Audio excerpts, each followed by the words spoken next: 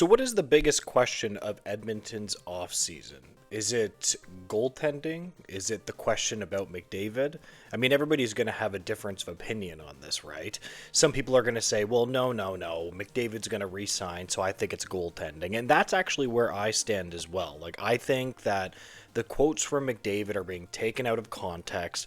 I think that he's going to resign. Like, I understand it's a little bit like, oh, wow, he didn't really say, the thing that he should have said in terms of convincing people that he really wants to be an Oiler. But I think he really loves being an Oiler. I think he wants to stay with what he finished. Like, at the end of the day, you want to stay around and finish what you started is essentially what I'm trying to say.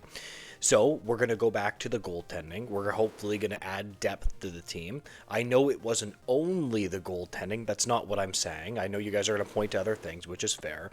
But I have been saying for a long time that the Oilers need to upgrade their goaltending, and we might have some pretty big rumors surrounding that today. Now, one thing that was infuriating to me was that the Oilers seemed to be just very happy with their goaltending. And I understand that the management might have wanted to show confidence in their goalie. Like, they're not going to go through the media. But it was just like, it didn't seem like they actually wanted to do anything. In this season, Pierre LeBrun was talking about, like, he was predicting that John Gibson was going to be an Edmonton Oiler, which was really interesting. But we do have a quote here for NHL Rumor Report, Elliot Friedman. There's a debate about how much Edmonton looked at Ducks John Gibson at the deadline. Gibson wasn't crazy about the idea of sharing the crease with Stuart Skinner. See, that is actually really interesting to me. I don't know why John Gibson would get so commanding when he's been toiling away in Anaheim for years. I don't know about you guys, but I would be happy and thrilled to go to the Edmonton Oilers. They almost won a cup last year. Why wouldn't you say, hey, listen, I'll be a tandem goalie if you want? And I think that John Gibson's skill is more than enough to probably overtake Stuart Skinner as well. I don't know, drop it in the comments. Do you guys think that's a little bit silly? To me, that just makes absolutely no sense. It just kind of shocked me a little bit when I saw that from Elliot Friedman. But now we do have more trade rumors from David Pagnotta that John Gibson would be willing to come to the Oilers.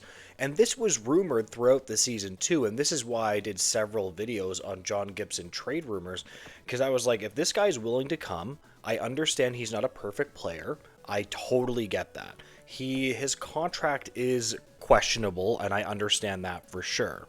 It's interesting though, because Anaheim has actually been willing to honestly try to trade him for a while, and apparently they're actually willing to even retain salary on him.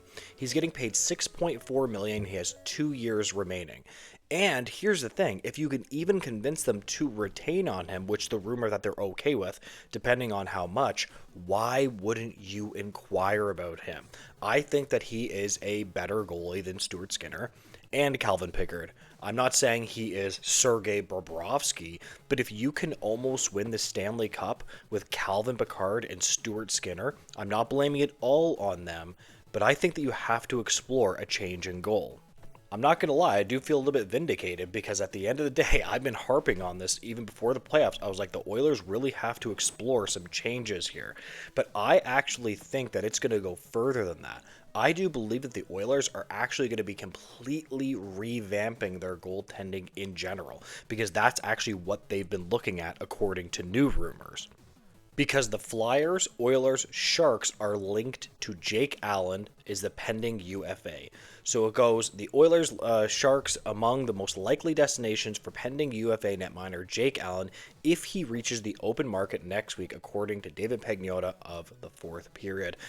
I'm honestly thinking that the Oilers are going to completely just revamp their goaltending in general, and honestly, that might not be a bad decision.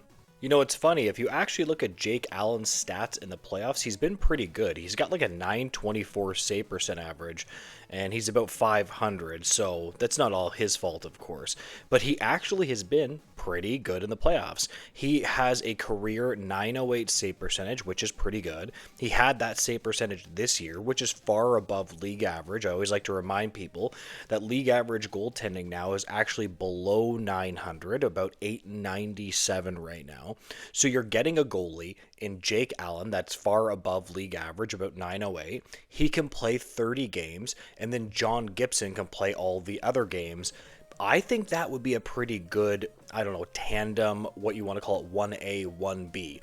Is it a perfect situation? No. Are you getting a Bobrovsky? Definitely not. But I think that is a massive upgrade overall for the Oilers goaltending. Now, to be fair, there isn't a lot of goalie options in this UFA class, so I'm hoping that they don't massively overpay Jake Allen. I think that Jake Allen would absolutely consider coming to the Oilers.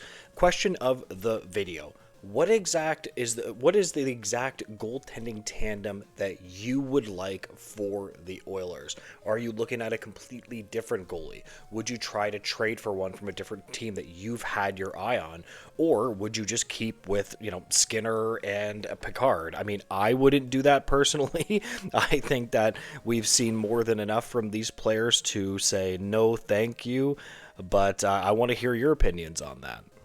Now, Tom Fitzgerald said earlier this month he'd try to make an effort to have Allen back in the fold. So New Jersey is actually still trying to re-sign Jake Allen. So obviously this isn't a guarantee, and there are other teams that are among interested in him. But I just think if you can get him on an affordable deal, it just kind of makes sense.